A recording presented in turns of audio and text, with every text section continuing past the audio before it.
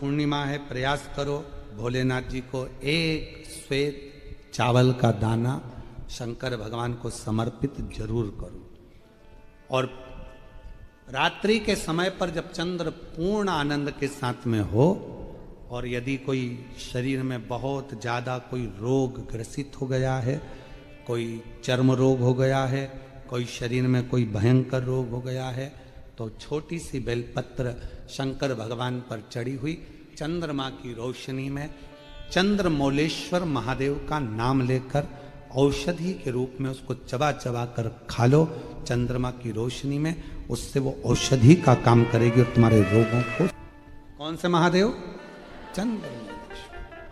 और चंद्रमौलेश्वर महादेव की। चंद्रमौलेश्वर शिव उपासना ये बहुत और आज तो सुंदर पूर्णिमा है, बाबा की बड़े आनंदमय स्वरूप है। चंद्र की रोशनी में आप लोग तो खीर खाते ही हो, पर साथ में एक बेलपत्र का प्रयोग भी जरूर कर कर देखो, वो आपकी जिंदगी में ना जाने कितने रोगों को समाप्त कर देगी, कितने रोग। पर वो बेलपत्र छोटी लेना, ज्यादा बड़ी बेलपत्र नहीं लेना, छोटी सी बेलपत्र लो, शिव पर चढ़ी हुई श्री शिवाय नमस्तुभ्यम बोलकर चंद्र पूर्णता में जब हो रात्रि के समय पर एक बेलपत्र चंद्रमौलेश्वर महादेव का नाम लेकर उसको चबा चबा कर ठारचार हो जाता है तो उसको पीस लो, पीस कर बाहर बैठकर गोली लेकर उसको पानी से निगल जाओ, पर उसको खाओ औषधि के रूप में। कहते हैं पूर्णिमा की रात्रि की चंद्रमा की रोशनी एक ऐसी रोशनी होती है जिसमें जितनी औषधीय पौधे होते हैं उसमें एक बल उत्पन्न हो जाता है जो हमारे शरीर के सारे रोगों को समाप्त कर देता है।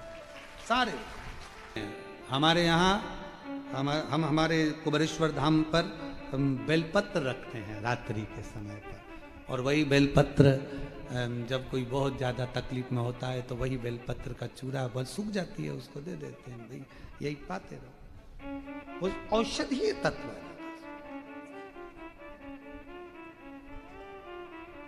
आप लोग छत पे खीर रखो, हम बेलपत्र रख देते हैं, अमृत इसमें, वो तो पहले से ही तो बेलपत्र और बलवान हो जावे और आनंदित हो। औषधि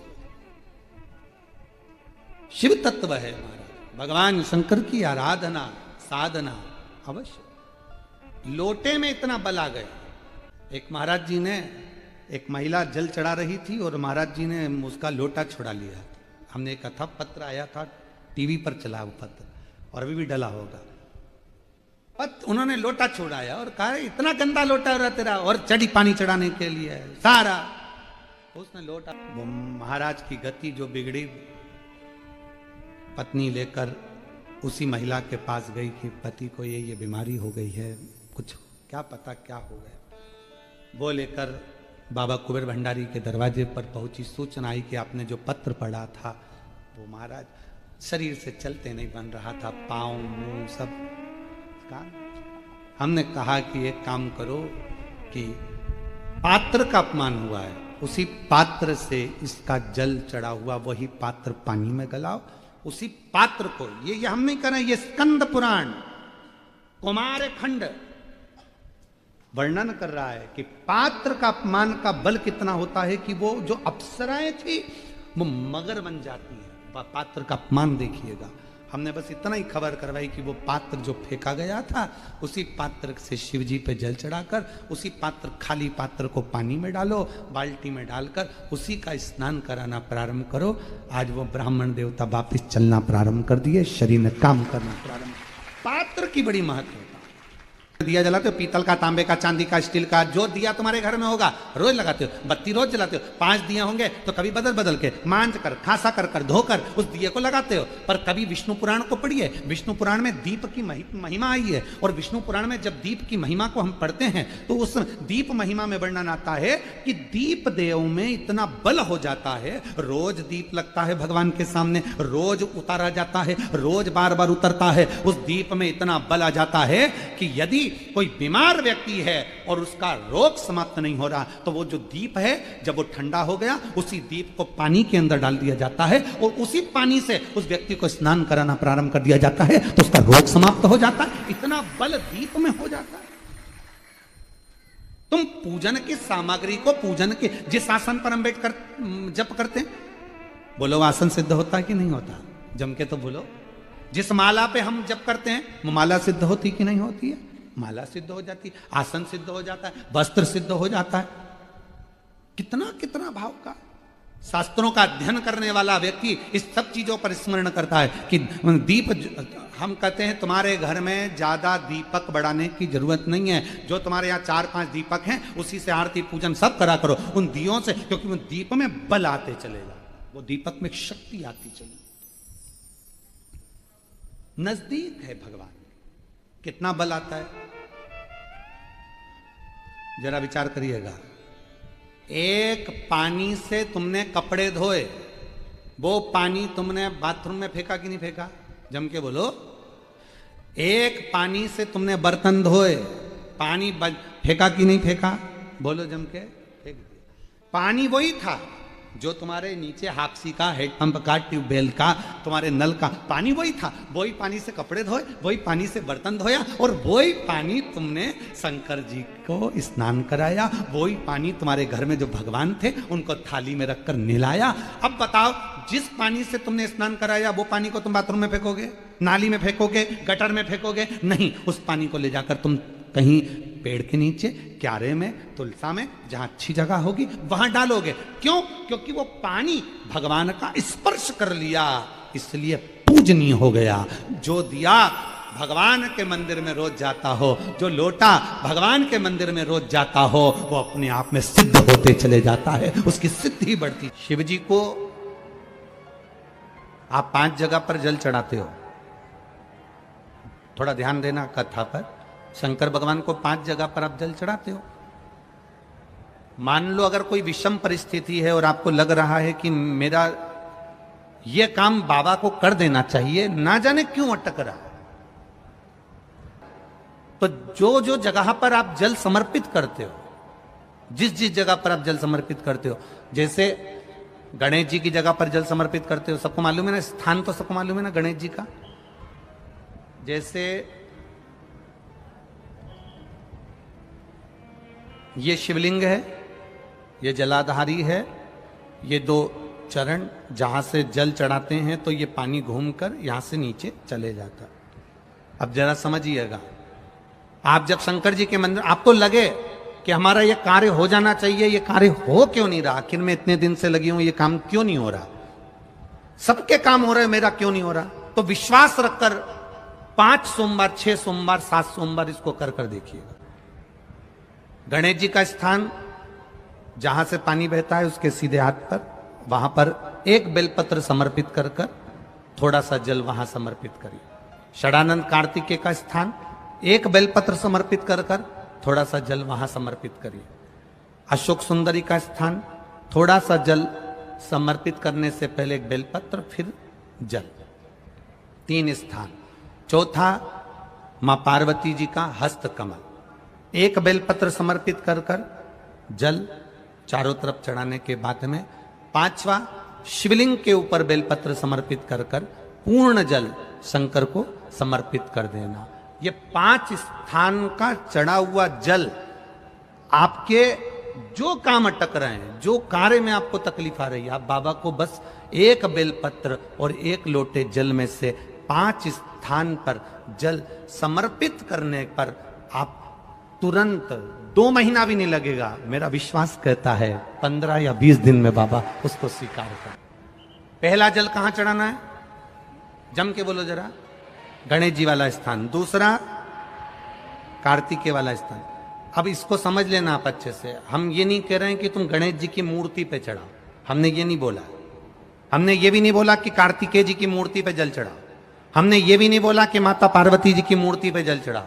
आप तो जो शिवलिंग रखा हुआ है और जो जलाधारी गोल है उस पे जो शिवलिंग रखा है, जहां से पानी बह रहा है, उसके राइट हैंड में गणेश, लेफ्ट हैंड में कार्तिकेय, बीच में अशोक सुंदरी, पार्वती जी का स्थान हस्तकमल और ये शिवलिंग। आपको गणेश जी के ऊपर जाकर जल नहीं चढ़ाना, आपको कार्तिकेय के ऊपर जाकर जल नहीं चढ़ाना, आपको देवी जी के ऊपर जल नहीं चढ़ाना, आपको तो केवल शिवलिंग की जलाधारी पर और शिवलिंग पर जल चढ़ा। पहला स्थान बोलते जाओ जम के, केवल जल नहीं, बेलपत्र फिर जल। दूसरा कार्तिकेय, तीसरा अशोक सुंदरी, चौथा अब पार्वती जी को जो तुम जल चढ़ाओगी और बेलपत्र चढ़ाओगी उसमें तुम्हारा स्मरण होना चाहिए। तुम कहां बैठी हो जल चढ़ाने के लिए, तुम्हारा ध्यान कहां है, कहां बैठकर शंकर जी को जल चढ़ाना चाहिए। आपको पहले भी कथा में कहा, जहां से जलाधारी का पानी बह रहा है इसके ठीक विपरीत जगह में आप यहां बैठ जाओ।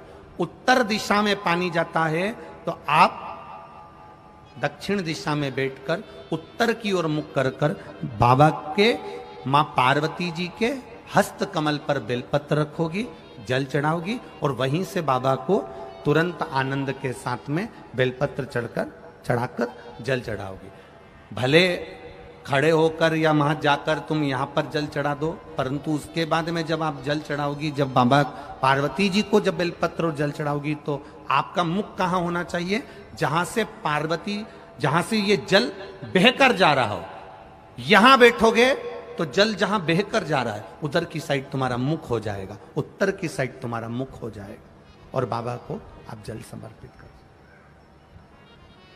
तो पहला जल बेलपत्र गणेश जी, दूसरा कार्तिकेय जी, तीसरा अशोक सुंदरी, चौथा माता पार्वती जी का हस्त कमल और पांचवें नंबर का जल भगवान शिव के ऊपर, अर्थात भगवान देवाधिदेव महादेव से प्रार्थना करते हुए कि तेरा ही दिया मैंने खाया पिया रे, तेरा शुक्रिया है, तेरा शुक्रिया। बाबा से प्रार्थना करते हुए, बाबा से अपने दिल की बात कहते हुए, बाबा से अपने मन की बात कहते हुए, अपने हृदय की बात भगवान देवाधिदेव महादेव से कहते हुए, ये 5 स्थान पर चढ़ाया गया जल आपके मनवांचित फल की प्राप्ति करा देता है, आपको सुख का अनुभव करा देता है। 5 जगह पर चढ़ाया गया, कम से कम 5 या 7 सोमवार अवश्य चढ़ाओ। शंकर पर चढ़ाया हुआ एक चावल का दाना, एक मूंग का दाना या एक बेलपत्र या एक पुष्प या एक लोटा जल, इसका फल कितना होता है यह आपके दुख की घड़ी में आपको मालूम पड़ जाएगा कि शंकर किस समय पर देता है। ऑक्सीजन हर कभी नहीं लगाई जाती है, लगाते हैं क्या हर कभी? अरे जम के तो बोलो।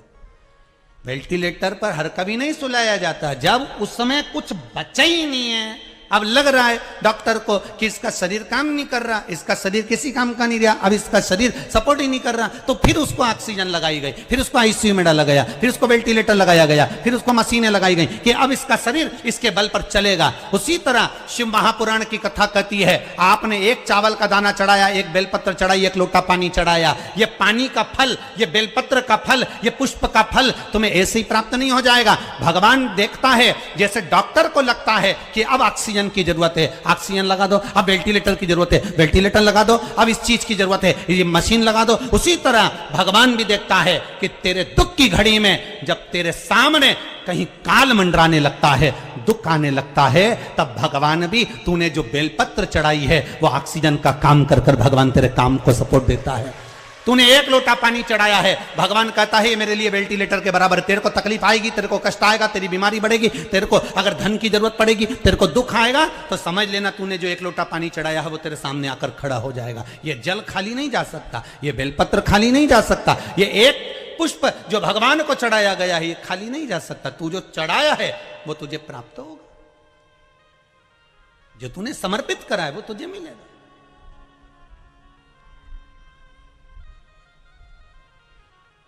कई लोग कहते हैं शिव जी को चढ़ाया हुआ कैसे प्राप्त होगा, शंकर भगवान का कोई हम जो देते हैं, हम जो खर्च करते हैं, हम जो समर्पित करते हैं उसका कुछ फल है?